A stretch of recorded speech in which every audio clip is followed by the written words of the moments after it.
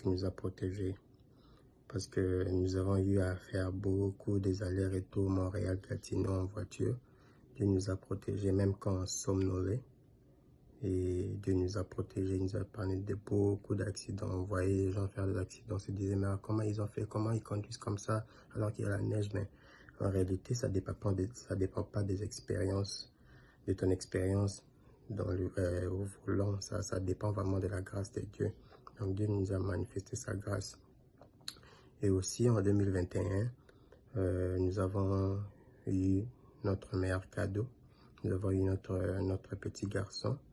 Et c'était une grossesse très compliquée. Au départ, le médecin avait diagnostiqué ma femme avec un placenta accreta.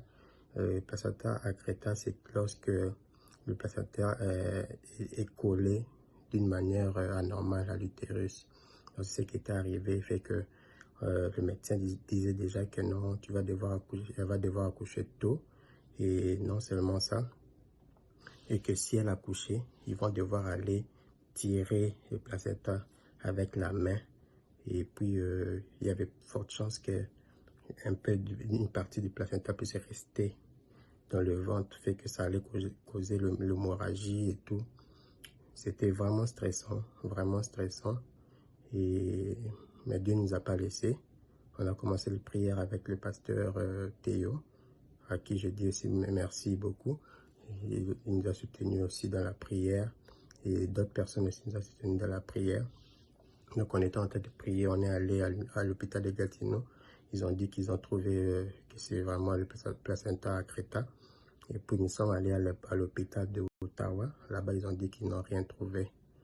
Fait qu'on ne savait pas vraiment qui disait vrai, qui disait faux. Mais à la fin, quand on a eu une dernière échographie, ils nous ont confirmé que non, il n'y a rien, elle va accoucher normal.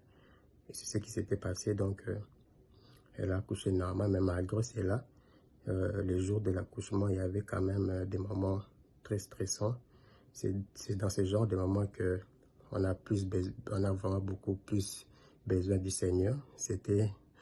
J'ai jamais prié comme ça de toute ma vie, parce que il arrivait un moment, je pense vers 5 heures du matin, le jour de l'accouchement, où le médecin dit, j'entends le médecin dire, on commence à perdre la respiration de la maman. Et une autre personne vient, on perd aussi la respiration du bébé.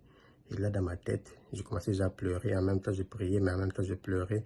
Et puis, je commençais à m'imaginer des choses. Je me disais, ça sera comme dans les films. On va me dire, choisis entre la mère ou le bébé. Choisis. Donc, je me suis vraiment fait beaucoup d'illusions et tout. Mais les gens étaient en train de prier en ce moment. L'équipe d'intercession aussi de l'église, merci infiniment. Ils étaient en train de prier pendant ces moments-là. Fait que, après quelques moments, la respiration de la mère est revenue. Et on n'attendait pas le battement du cœur du bébé. Fait que, et puis, la mère commençait à poser la question. Qu'est-ce qui se passe? Qu'est-ce qui se passe? Parce qu'elle avait perdu connaissance. Parce qu'elle ne respirait plus aussi pendant un bout là. Et le bébé aussi avait arrêté de respirer. Fait que j'étais là seul avec le Covid, on ne pouvait pas avoir la famille. J'étais vraiment stressé, mais Dieu m'avait donné une force. Et puis, moi que j'avais des larmes aux yeux, mais j'avais toujours mon sang-froid. Fait que pour ça, je dis infiniment merci au Seigneur. Parce que je ne sais même pas qu'est-ce que je peux dire, qu'est-ce que je peux donner au Seigneur pour ses bienfaits.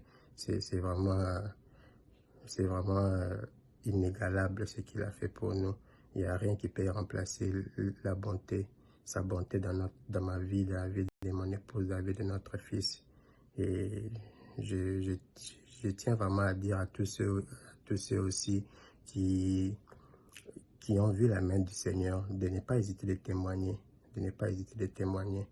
Donc c'était un peu ça mon témoignage. Que Dieu vous bénisse. Bonne année 2022. Et que ce soit une année où le Seigneur va encore beaucoup se manifester dans la vie de chacun d'entre nous. Amen.